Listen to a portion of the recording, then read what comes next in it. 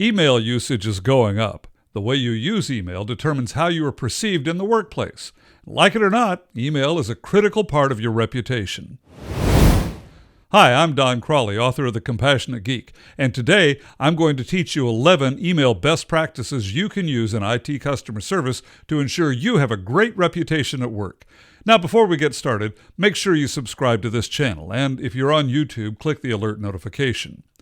When you consider the myriad alternatives to email, including Slack, Teams, texting, and chat, among others, it's easy to think that email is an old-school, obsolete communication channel.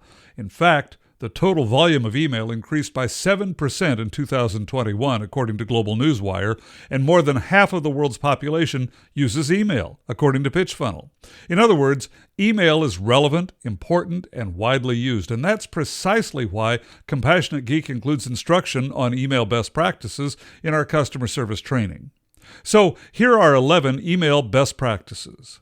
Number 1, use a descriptive and specific subject line that will help you and the other person identify this particular email conversation in the future. Many support ticketing systems automatically add a ticket number. If yours doesn't, consider adding a ticket number manually. Number 2, personalize your response by including the user's name. Avoid generic greetings such as Dear User or Dear Client.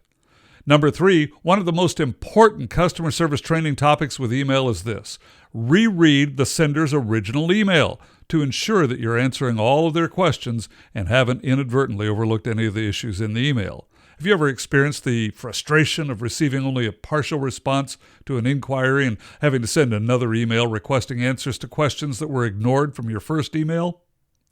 Number 4, never assume that the customer or user has a particular level of knowledge. It's much better to be too thorough than omit necessary steps because you assume the person receiving your email already knows something.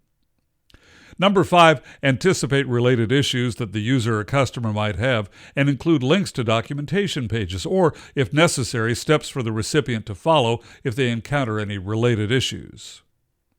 Number 6, use bullet points instead of long paragraphs. Bullet lists are easier to skim and read.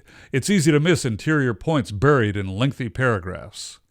Number 7, number any step-by-step instructions. Test them to ensure that you haven't omitted any steps or made false assumptions about how the steps should work. Number 8, show professionalism by using proper grammar. Avoid the use of texting shortcuts. They're fine for personal use, of course, but have no place in business. Number 9, additionally, show professionalism by proofreading for meaning, spelling, grammar, and mechanical errors such as repeated keystrokes or incorrect spelling corrections. Just get in the habit of rereading every email completely before hitting the send button. Number 10, use emoticons to express or to clarify emotions, but be careful about their overuse. Also, be sensitive as to who will be reading your email. You probably wouldn't, for example, put a smiley face in an email to the CEO or other C-level executives of your company. And number 11, ensure your contact information is included in every email. Automated signature features in most email programs make this easy.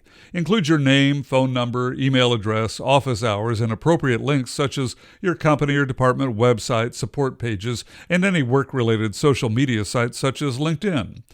Email best practices matter. Your customer service training program, whether you conduct it yourself or choose Compassionate Geek customer service training, must include tips on email best practices. That's how you can ensure your team is communicating professionally and effectively with your customers. Want more? Enroll your team now in Compassionate Geek IT customer service training so they can work together, get things done, and take care of customers. Visit CompassionateGeek.com or click the link in the description.